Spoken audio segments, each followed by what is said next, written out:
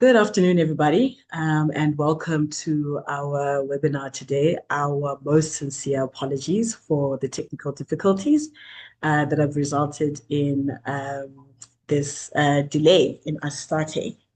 But with that behind us, my name is Zugiswa Pikoli, and this is one of many in the series of food justice webinars that we have been hosting.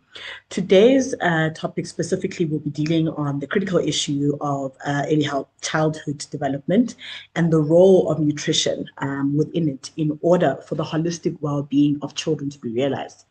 I have two guests that you see on the screen who are with me today and will be helping me to unpack this very important topic. And of course, you as the audience are always welcome to submit your comments and your questions, and we will of course include those as we go ahead with the discussion. So today's discussion is actually underpinned by the UN Sustainable Development Goal number 4. And that is of quality education, which aims to ensure that all children have access to quality early childhood development care, pre-primary education by 2030. This is so that they're ready for primary school. This is supported, of course, by other related targets and goals, namely the eradication of poverty, which is goal number 1, and that of health and nutrition, goal number 2 and 3, respectively. According to UNICEF, children need the right foods at the right time to grow and develop to their full potential. The most critical time for good nutrition is during the 1,000-day period. This spans from pregnancy until a child's second birthday. In the first 2 years of life, breastfeeding literally saves lives, shields children from disease, boosts brain development, and guarantees children a safe and nutritious food source. UNICEF and the World Health Organization recommend that infants begin breastfeeding within 1 hour of birth, be exclusively breastfed for the first 6 months, and continue breastfeeding until the age of 2 years or beyond. At the age of 6 months, children need to begin eating their first foods. Young children should be fed frequently and in adequate quantities throughout the day, and their meals must be nutrient-dense and comprise of a variety of food groups. Now, as we all know, this is not always possible in South Africa, particularly because of our high inequality rate and the resultant poverty. And this is where early childhood development centers play a critical role. At our last census, it was revealed that there were almost 6 million children under the age of 4 years old. However, access to early learning opportunities is out of reach for 48% of these children. And this often means opportunities for nutrition and development interventions are missed. Now, my guests today are much more knowledgeable than I am on this topic, which is why I'm so happy that they're here with me so that we can go through this and make sense of it all with the audience. And they're doing absolutely amazing work in this very critical and under-resourced sector. I will hand over to them to introduce themselves and to give some brief opening remarks before we start in earnest with today's discussion. Let's start with you, Grace. Hi, thank you, Zukisa. Thank you. Good afternoon, everyone. I've been looking forward to this conversation for a little while because, as you rightfully say, this is one of the most important things for us to get right as a country. My name is Grace Matlape, and I am the CEO of Smart Start, which is an early learning delivery network of organizations promoting and enabling access to quality early learning in South Africa. We focus on 3 to 5 year olds, but as you rightfully say, the first 1,000 days as well as the second 1,000 days are so important. And so just very briefly, just as you are inviting opening remarks, you've painted a bleak picture. We already do have an emergency of access to nutrition in South Africa. And you've pointed out that early childhood development centers and places are such a powerful opportunity to feed children. 2/3 of them, maybe a little more than that, are in the lowest, the most under-resourced communities in South Africa. As we also all know, 2/3 of all of South Africa's children live in the poorest 40% of our population. And so we're talking about a system of structural exclusion of children on many fronts. But actually, early childhood development as a powerful opportunity to be that bridge. If we are unable to feed children who are in ECD properly, can you imagine children that we are missing? And we're missing large numbers of them. As you were describing, about half of 0 to 5-year-olds are missed completely. They are not in the system. And so, yeah, so I'm also looking forward to the conversation that we will have together as we try and unpack this. Thank you so much, Grace, for those opening remarks. Tsepo, I'll hand over to you now. Hi, Zukisa. Hi, Mom Grace, and everyone who has joined the webinar today. Thank you, Zukisa, for inviting us and for platforming and highlighting this important conversation. Much like Mom Grace, I want to highlight the urgency of this conversation, particularly around nutrition. Statistics are one thing as they tell us the numbers, but through real reform, I'm able to speak to practitioners and I'm hearing stories, Zukiswa, up in rural Eastern Cape, in Northern KZN, in Rustenburg, where practitioners have had to pull out of their own kitchen, take food from their own families so that they can feed the young children in front of them. I realized that I didn't necessarily introduce myself. My name is Tepo Manje. I am a children's rights activist and an advocate for early childhood development. I coordinate a national movement called Real Reform for Early Childhood Development, which is an advocacy movement made up of ECD practitioners, parents, organizations, and really anyone who cares about young children. And we come together as a movement to advocate for holistic, quality, and inclusive early childhood development services. And that's my point of departure in that when we're talking about early childhood development, Zukiswa, one of the biggest misconceptions is that early childhood development refers to a place. Abanahana ka ACD, and daycares. But that is actually incorrect, Zukiswa. When we're talking about ECD, we're talking about a period of time between conception, while the child is still in the tummy of their parent, and 6 years old, and the rapid development that the child is going through in this period of time. You highlighted correctly the first 1,000 days making part of these 6 years. And something to note is that by the time the child turns 6 years old, Zugiswa, 80% of their brain has developed. These are the neural pathways that are connected in the brain that send communication, that allow you to engage with your world in a meaningful way. If we know that 80% of this is developed by 6 years old, it speaks to the key importance of resourcing early childhood development and ensuring that young children receive the support they need and systems are in place to support caregivers, practitioners to ensure that young children by 6 are on track to thrive. Sure. Yeah, this is some powerful points that you've just made there, Tapa, and I'm really looking forward for us to actually impact that even further. I just want to go back to Grace. And both of you have highlighted this urgency, with which we should be meeting, this issue around childhood development. And I want to get your insights on whether or not you think there has been a demonstrated urgency in terms of the duty bearers in this regard. Obviously, the first ones that come to mind being in the sense of government and what the interventions here have been, and how are they adequately resourcing that? Is that actually coming through? But I just want to take a step back and go back to you, Grace. In terms of the kind of work that you're doing, speak to me about Smart Start's, key interventions, in terms of addressing this urgency and how it is that you're kind of systematically, working at not only putting early childhood development front and center in terms of the development of the country's agenda, or of the country's development agenda. Talk us through what that actually looks like,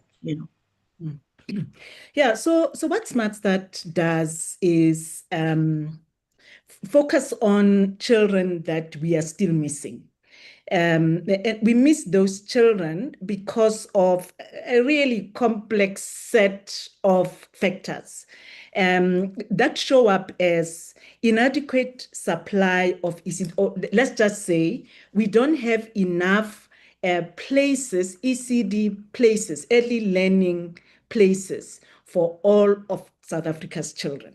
And so in order to solve this problem, Smart Start approaches it in 3 ways and a few other ways that are subsets of that. So, but just quickly, broadly, we identify areas where we have a lot of children, but very few places where the children can come together to learn. We are an early learning delivery network. And we go into those communities, we recruit unemployed women and some men, we train them, and we journey with them on a journey of support to make sure that they deliver quality early learning. So it's a partnership that we establish with communities from day one, and they are part of this network in partnership with all of our other partners throughout South Africa. So that's the first way. The second way, we also work with these organizations to bring about deeper appreciation of how important the first and second 1,000 days are in a child's development, as Tsepo was just articulating now. Then the third way is working with organizations like Real Reform on the advocacy side and government departments on the other side of the advocacy coin to put a spotlight on policy and legislative systems that are actually holding this problem in place. And so it's only when we focus on all 3 in balance that we'll be able to see the provision that we help set up become sustainable, quality being delivered. The women that we partner, and I say there are some men across the country, feeling seen and valued by their country, that what they deliver is a service that is so central to this country's human capital. As Tsepo says, the first 5 years are so crucial as an investment opportunity in future human capital. And we miss the trick completely. We lose it when we don't pay enough attention, first on making sure that more and more children access quality early learning. But secondly, enabling that children have food to eat, micronutrients that enable proper brain development in the context of such a high rate of stunting for a country like South Africa. And so, I mean, we don't directly work on nutrition except in partnership with organizations that deliver nutrition and advocacy organizations as a founding member of the Real Reform for ECD.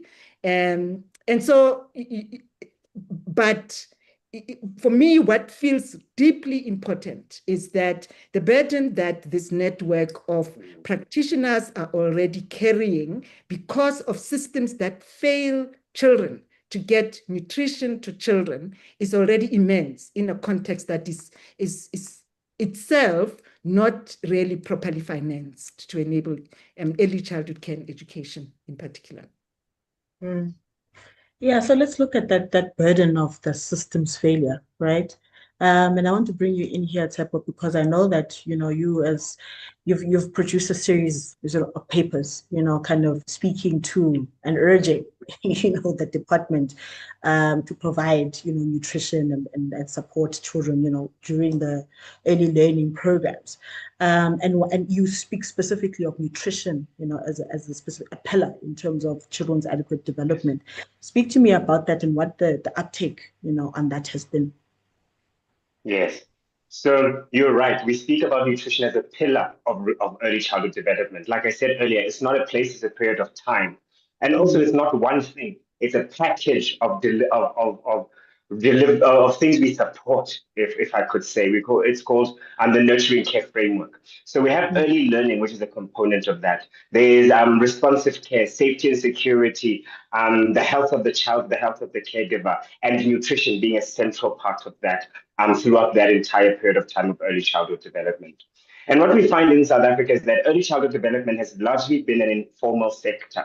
And that has also reflected in our legislative policy and regulatory structures of the country. What I'm saying is, for many years, what early childhood development has looked like has been women in their communities responding to the need without the state coming in to support that need. What we saw in 2020 was a big shift in South Africa, in that the Department of Social Development let go of the responsibility of looking over early childhood development, and it was transferred to the Department of Basic Education. And what this created was an opportunity for the sector to rethink what early childhood development could look like under the Department of Basic Education. And Real Reform also saw this as an opportunity for us to create an advocacy campaign around how nutrition can be supported by the Department of Basic Education. So our point of departure was to see, does the state have a responsibility in ensuring that young children are fed? Many people will say, it's the responsibility of the parents, it's the responsibility of people in the community. And we do not absolve the responsibility of primary caregivers within early childhood development and the care of the child specifically. However, what we find is that Section 28 of the Constitution clearly states that the state has a responsibility, or rather, young children have the right to basic nutrition. And what is interesting about this right in the Constitution is that it is an immediately realizable right. Unlike many other rights in the Constitution, which are phrased in a way to say everyone has the right to access such a thing, which in that context means it's not an immediately realizable right, but the state must work to support the realization of the right.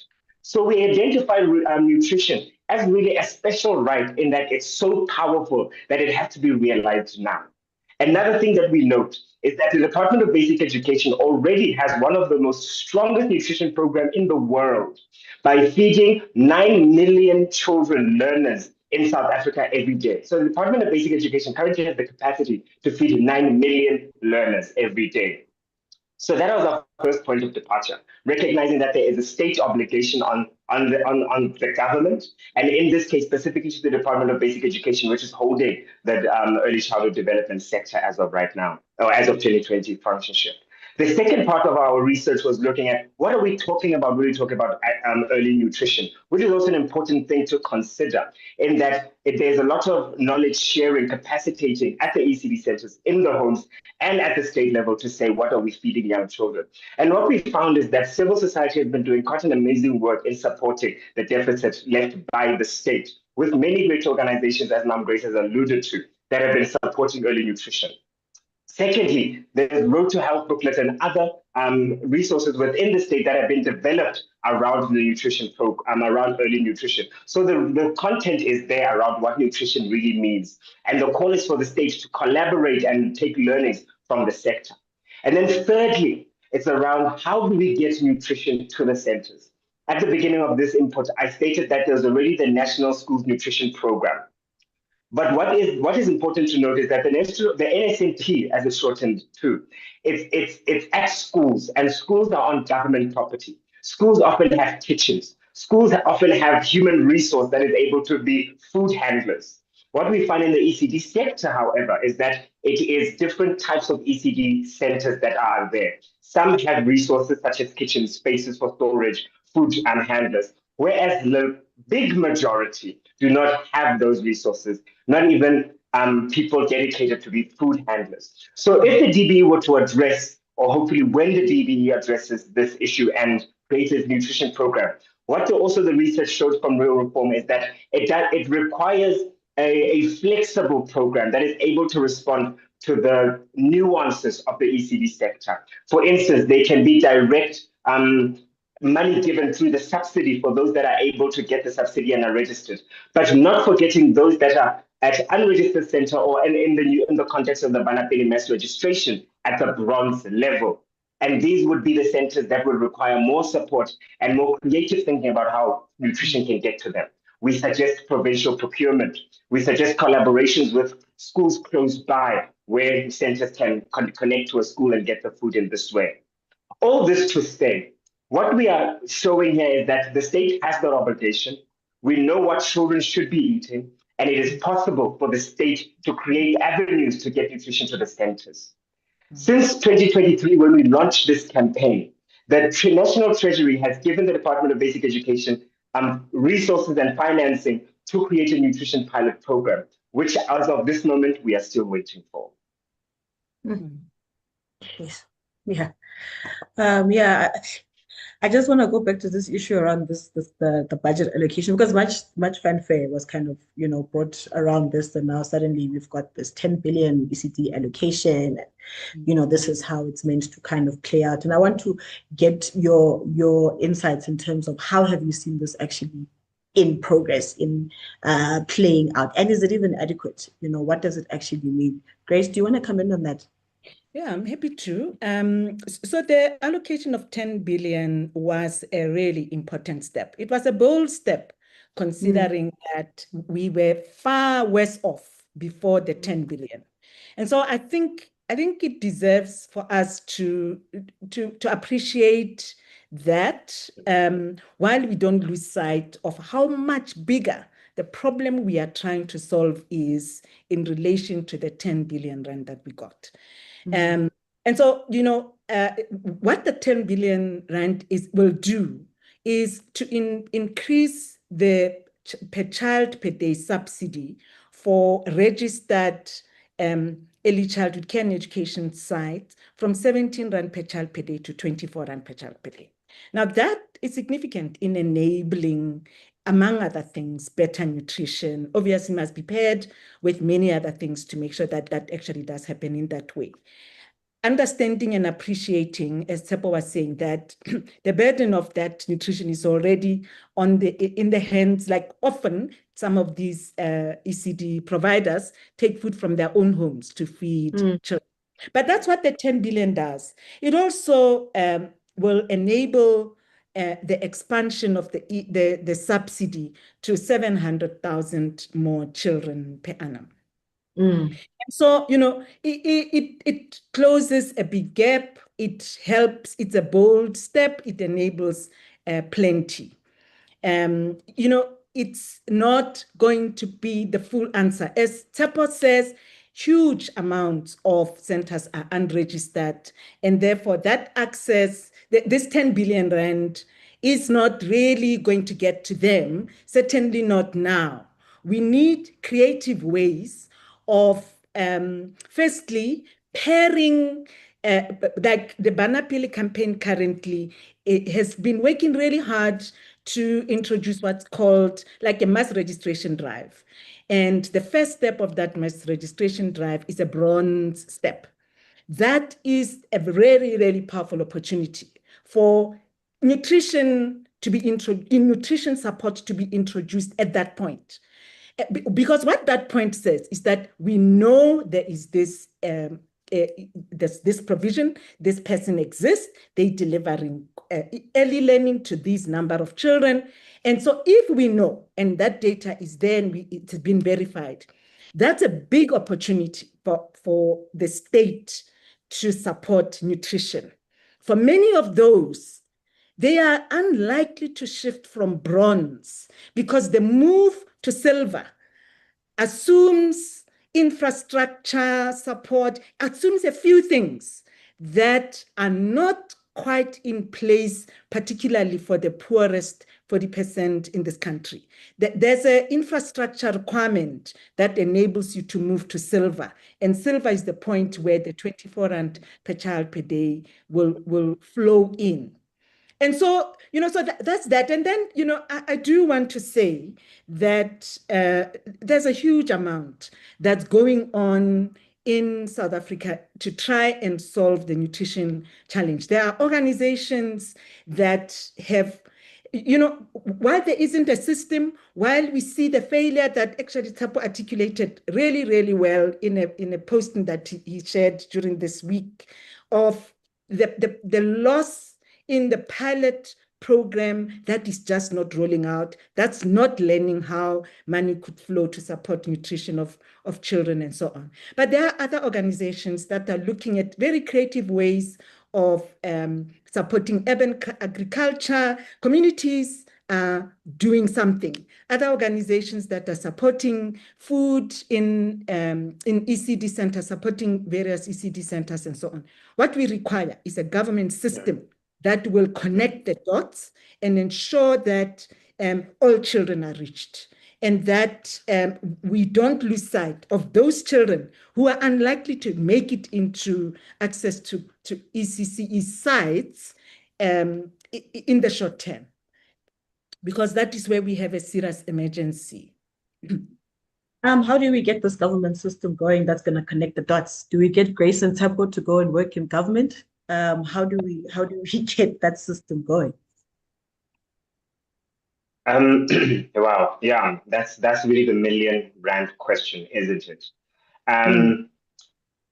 Well, I'll start it here to say it's about active citizenry is actually my point of departure, so that I can connect to the people that are listening to us on this webinar.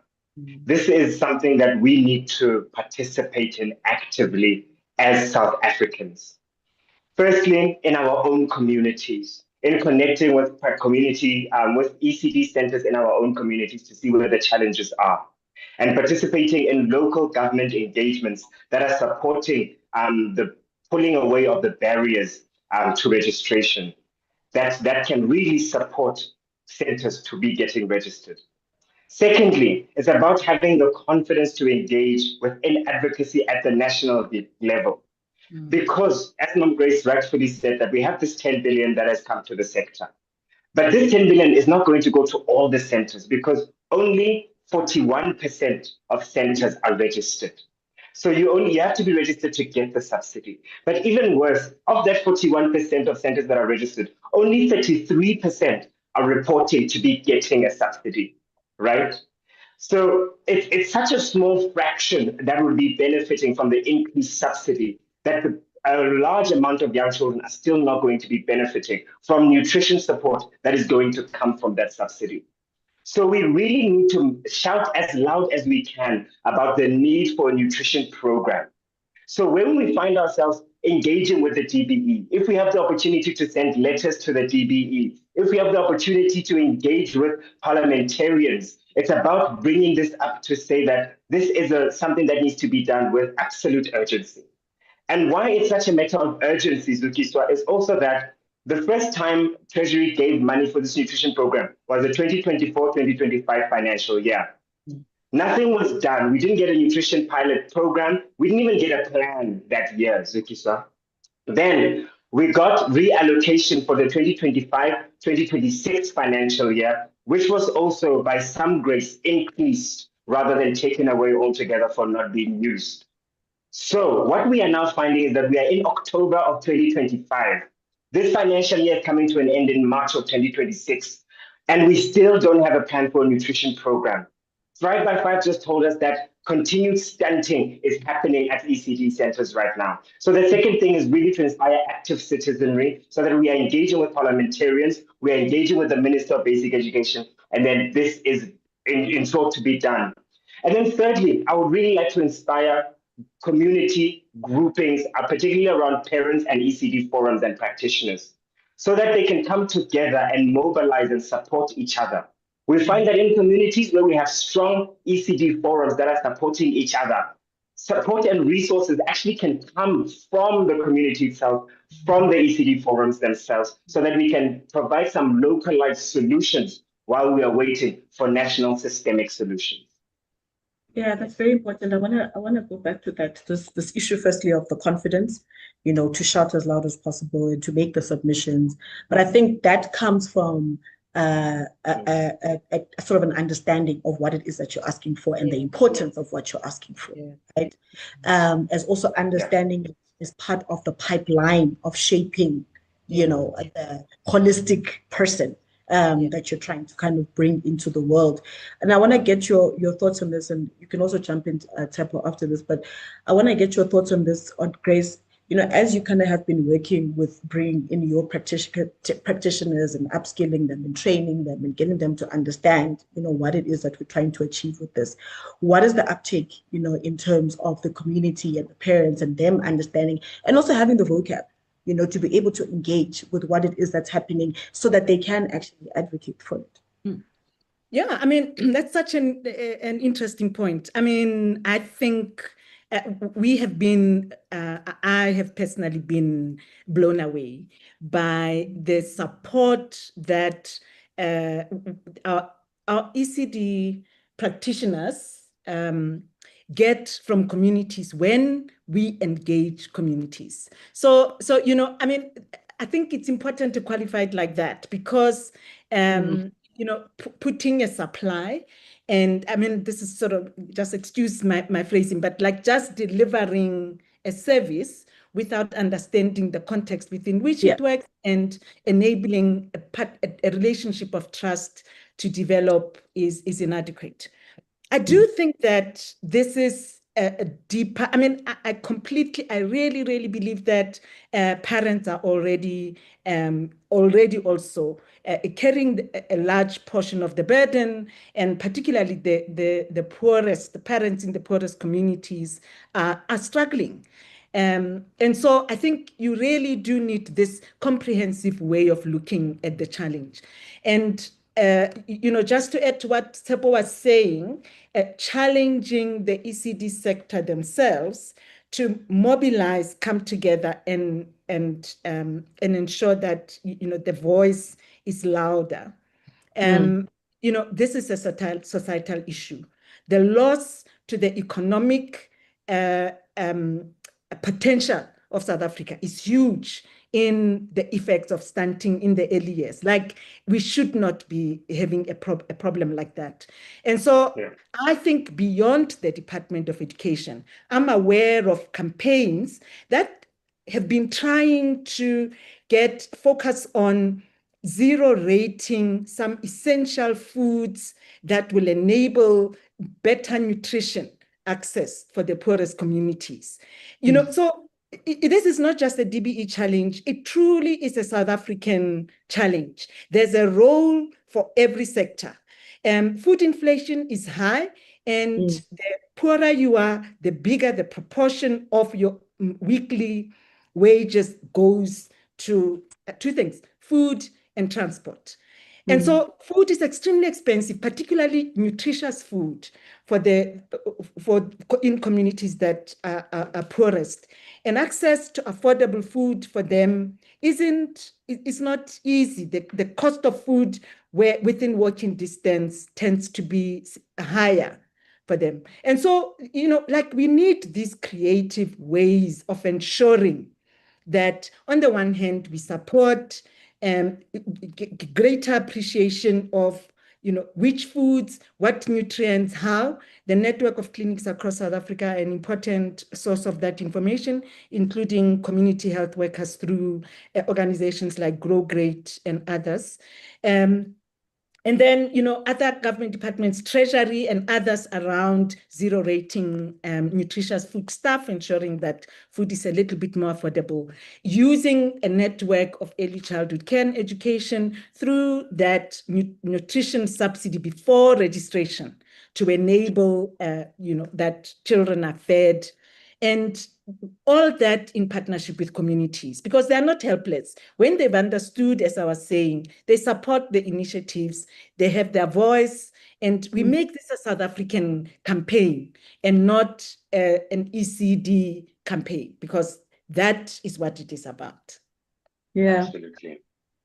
You raise I want to come in and can I just support Sure. that note in that it's so important not to see this as an ECD issue, but as a South African issue. This is a justice issue. And I'm happy there's no doubt about it. You know why? Because we also just got research from the Thrive by 5 data that showed us that children who are in children who are in rich communities or communities that are paying high fees for their ECD centers are twice as likely to be on track to meet their developmental milestones than those that are in low fee paying ECD centers. What this reveals to us is that already there is inequality for young children as little as 4 years old, experiencing the inequality of the systemic failures of the Republic. So when we are solving for early childhood development, we are not just solving so that we can have good school outcomes, which are good to have. We are solving so that particularly Black South Africans, who are the majority of the poorer communities, are able to have a chance to participate in South Africa and thrive in South Africa. And this is already happening. Young children are already going to grade 1 being affected by inequality in South Africa. So when we are talking about this, we want everyone to come on board and feel like they have a voice to add to this. What is also quite a serendipitous is that right now is South Africa's Nutrition Week. From 9 to 15 October is Nutrition Week. Tomorrow is World Food Day. So we can also use this time to mobilize together to see how can we raise our voice louder. And I want to just also share my gratitude to Daily Maverick as a platform that is doing that by amplifying the voice around early childhood development and nutrition specifically. Thanks, Tabo. You said a word that is very close to my heart and will always get a response from me, which is justice. This is a justice issue. And, sometimes I wonder, what are the arguments that will really kind of spur urgent action? Is justice enough of an argument, social justice specifically, enough of an argument to spur, intervention? Because we talk about these sorts of things to death, and yet here we sit. And one of the things that Grace mentioned, which again, is using these kinds of arguments, is this issue of the loss of economic potential of the country, right? By not providing for the development of children, particularly from a nutrition standpoint. And I always think about that argument as a bit of a cynical argument, Why must it be an economic consideration in order for any action to actually take place? Surely those two should be able to exist side by side and spur action, that the lives of people are critical and are important. Particularly children have a right to develop to their full potential, so that we're not also sitting with children, firstly, who are stunted physically, also from a developmental, from a mental perspective, etc.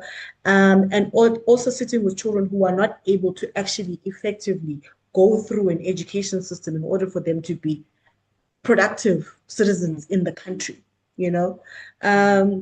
So I'm just wondering, from the two of you, the use of those two, the cynical and the one that's maybe cynical, how do we use those, to catalyze this kind of action? Yeah. From an advocacy point of view, Zugiswa, we want to make our chances as good as possible to affect change, to change the hearts and minds of people. So it's about allowing yourself different strategies. So we can use a legal constitutional strategy to say there's a right in the Constitution. That opens up avenues around litigation that we can follow when constitutional obligations are not met. That we can take a social justice approach, which is also quite good in mobilizing communities and people in the South African context, more specifically. We can also, there's a moral argument to be had here around these are human beings and our young children. And is it not our human responsibility to there are so many other elements that we want to bring into this. And I want to inspire people to allow themselves to put pressure on all those elements. That is our approach as Real Reform. We call these pressure points. So we will map out where are the pressure points, and then how can we strategically place people within those pressure points at the local government, at provincial government, at national government, at communities, and support those people in being active participants in advocacy for young children. Thanks, Tabo. Grace, do you want to weigh in? Yeah, so as Tabo says, you see me nodding because obviously I'm in full agreement with what Tabo is talking about. I guess another element for an organization like Smart Start, which is a delivery organization, we're looking for ways to focus on what are the potential solutions. How could we innovate in partnership while we advocate in partnership with others? That advocacy should not be the only. I mean, suppose there are so many things that we can do, including the conversation that we are having with you, reaching other people, inspiring them to see that this is it's not a sector challenge, it's a country challenge. And to not only assume that at the bottom of what's not happening is a lack of will. Sometimes it requires a partnership that says, there are many organizations, as I was saying, organizations, I struggle to not mention organizations because I'm aware of so much effort in organizations like the Lunchbox, the Dumo Foundation, that invest so much in trying to get food to children. And so, I'm challenging them to say, could you help think about innovative ways in which that budget that continues to not be spent year after year could be spent to ensure that we understand mechanisms that could work and get food to children, rather than keep talking about it. Sometimes when we spend a lot of time talking, we feel like we've done something. You put almost as much energy into the talking as you do in the doing. You got to do a better job of getting a better balance. Because I think the point you were making, it's a human rights issue, it's a justice issue, it's an economic development issue, potentially because the tendency is to say we cannot afford. Well, if we planned a little bit ahead, we'll see that we eventually afford a lot more things. When we don't have so much human capital loss when children are young, there won't be too much need to invest in more and more and more to educate children just to stay in school to grade 12 and graduate with prospects for employment. So you need a balance of all of these strategies. And like a shared responsibility by all of us actually in the country. Thanks, Grace. On that note, I want to bring in our audience. I've got some questions that they'd like the two of you to please address. I'm going to start with Makume Kaliani. And they are asking, I would like to know how far the Department of Education has gone in integrating ECD centers into schools as a strategy. Do you want to take that one, Grace? Yeah, so the way the question is phrased is sort of assuming that I'm in agreement that the Department of Basic Education should integrate ECCE into schools. I think that with grade R being in schools, what it requires is support in enabling that by the time children get to grade R, they're better prepared for school. And that there are these tens of thousands of ECCE operators, early learning programs that are delivering that quality. So in my view, what we need is legislation that makes it mandatory for government to support every early childhood care and education site they know exists, and funding that is based on what it actually costs, so that so that we can actually, it's not only food for children to be fed, it's ability to get nutritious food to children at the right age. Yeah. Zappa, do you want to take a bite as well? I think Mom Grace has put it quite well, but I'll just add that we should caution against over-reliance on formal schooling to be the solution for early childhood development challenges. And if we do that and draw on formal schooling, we should be quite intentional around still thinking about early childhood development as a holistic endeavor and not schoolifying 3-year-olds and 4-year-olds. Still recognizing the importance of play as part of how young children learn. Young children learn through play. That is fundamental, that is foundational. So I just wanted to add that in terms of how we see young children's development as the holisticness. So even if grade R is in schools, it ought to be still within the holistic development of early childhood development. Yeah, I think that's a very important point that you make around. Can I just add one more thing around this integration point also? I think to note that the DBE has, not specifically in the school system, but within the department, has done quite a bit already. We see that we have the second iteration of the Thrive by 5, which is a big index done by the DBE to see the developmental milestones are being reached. We also have the 2030 Early Childhood Development Strategy, which I would encourage people who are listening to go on Google and just Google it. The Department of Basic Education 2030 ECD Strategy. And that strategy is around attaining universal access to ECD by 2030. And then Mom Grace referred to one earlier around the Banapeli mass registration, which is also an initiative by the DBE trying to get all ECD centers registered through this program. So to say that there has been quite a lot of work since DBE took over the function. However, there's still a lot more to do. And in some instances, like in nutrition, very little has been done. Yeah. Thanks, Teppo. I did want to say that the point that you made around play is an important one. I think it's one of those things that's not really seen as a function of development in itself, but also just the rights for children to be children and to be able to play, before they kind of graduate to the next phase of their life, or an integration of both, which is the play and the education. I think that in itself is a right that goes a ways towards the development of children.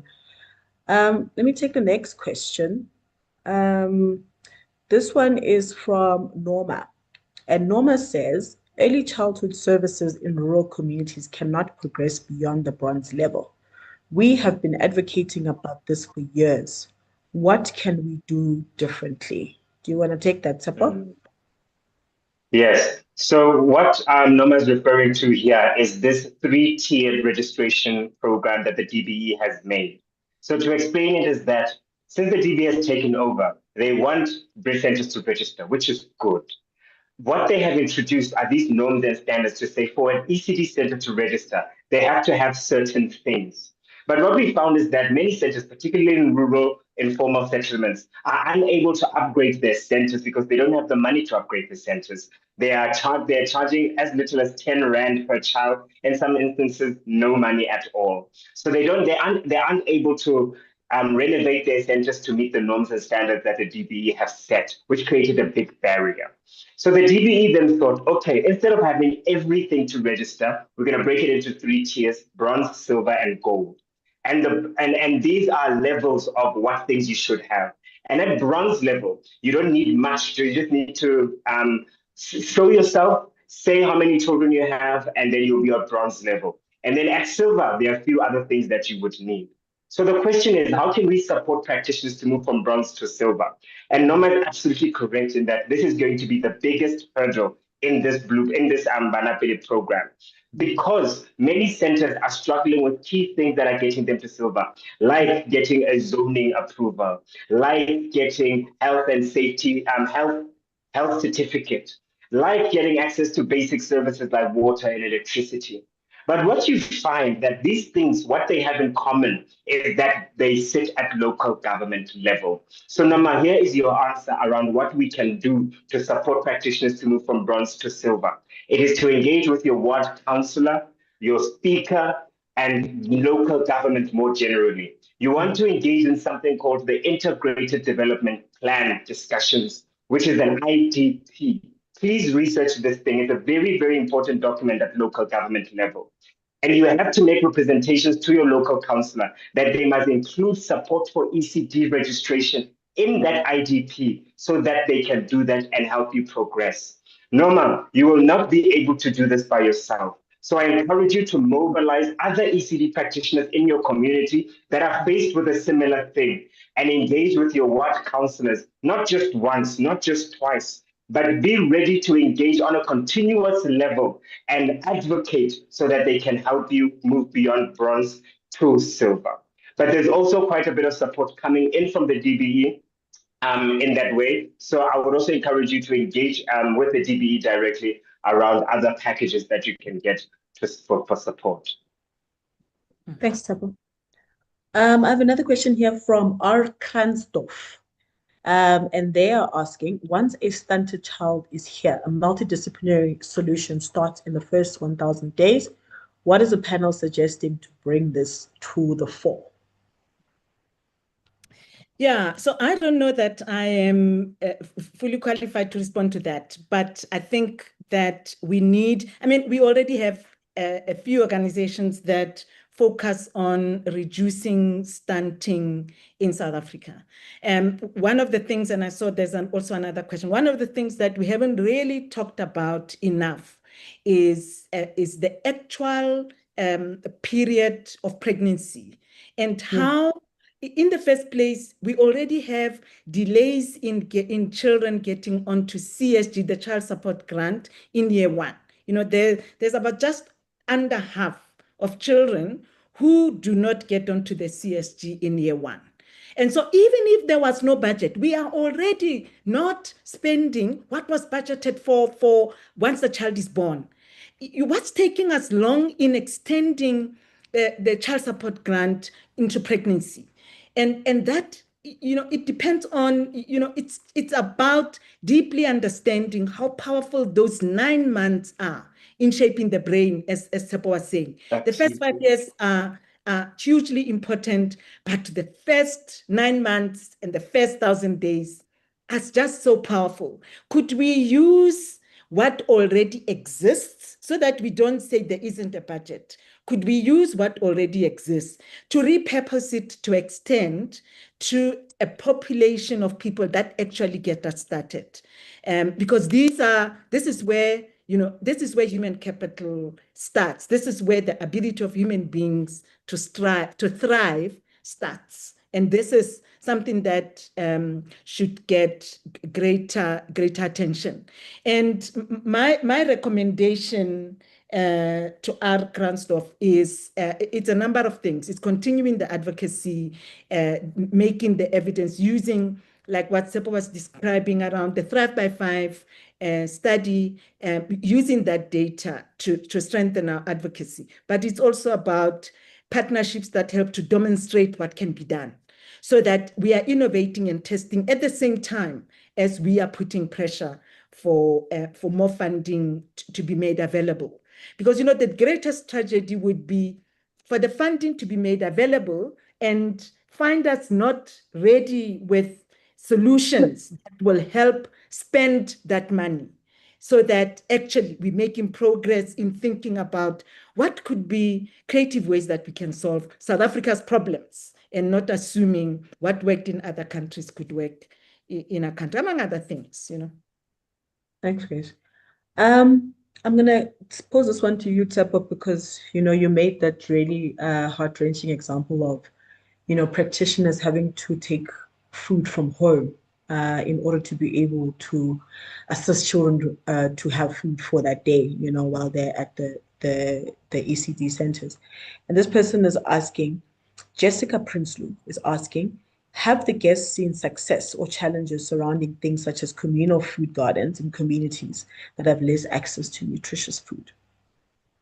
Yeah, so that is part of our community-based solution that we put together.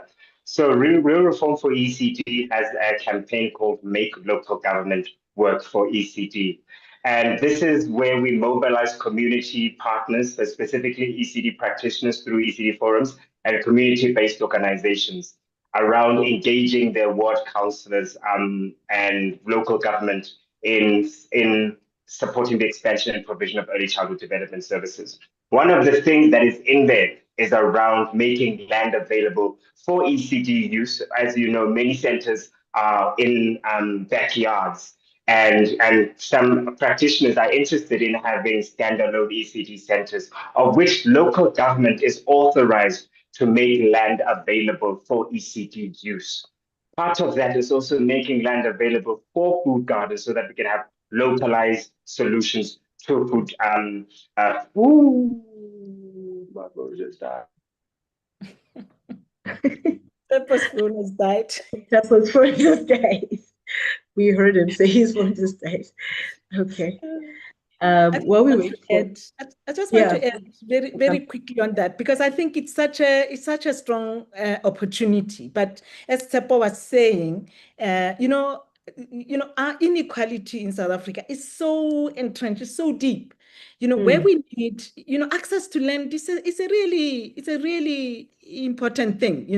It really goes deep into some of the, like lost enablers of communities doing things for themselves.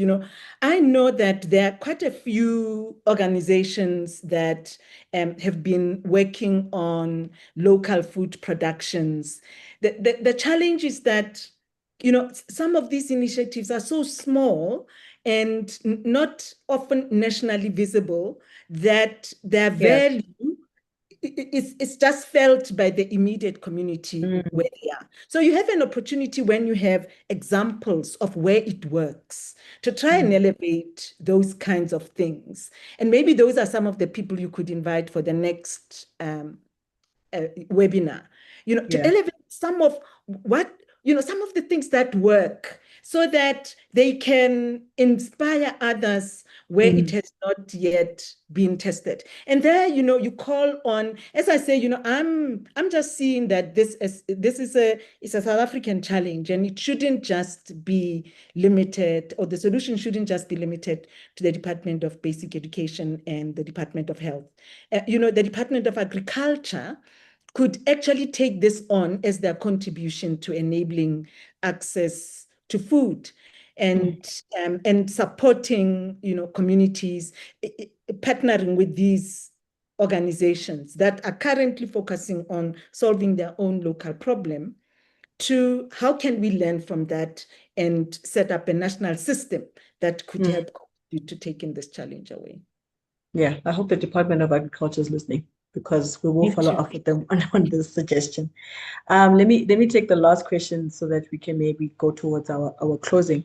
It says to tap up, but I think both of you can answer it.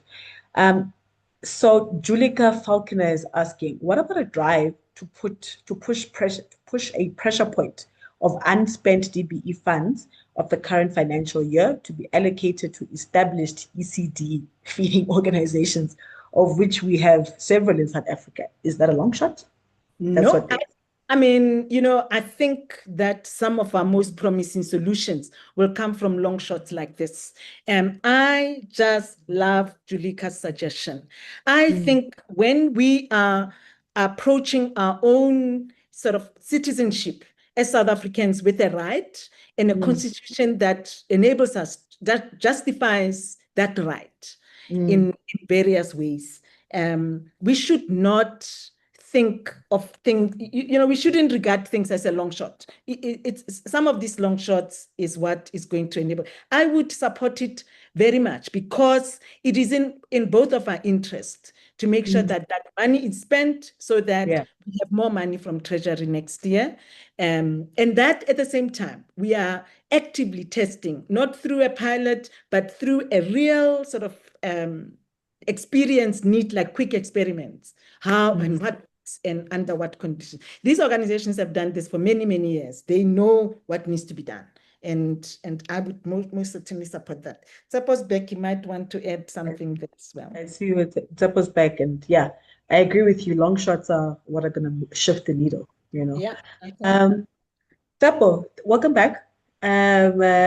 Grace kind of finished off your point where you left off, but somebody was asking and had directed it specifically to you, which is about a drive to push a pressure point of unspent DBE funds of the current financial year being allocated to established ECDs and feeding organizations, which we have a lot of in South Africa.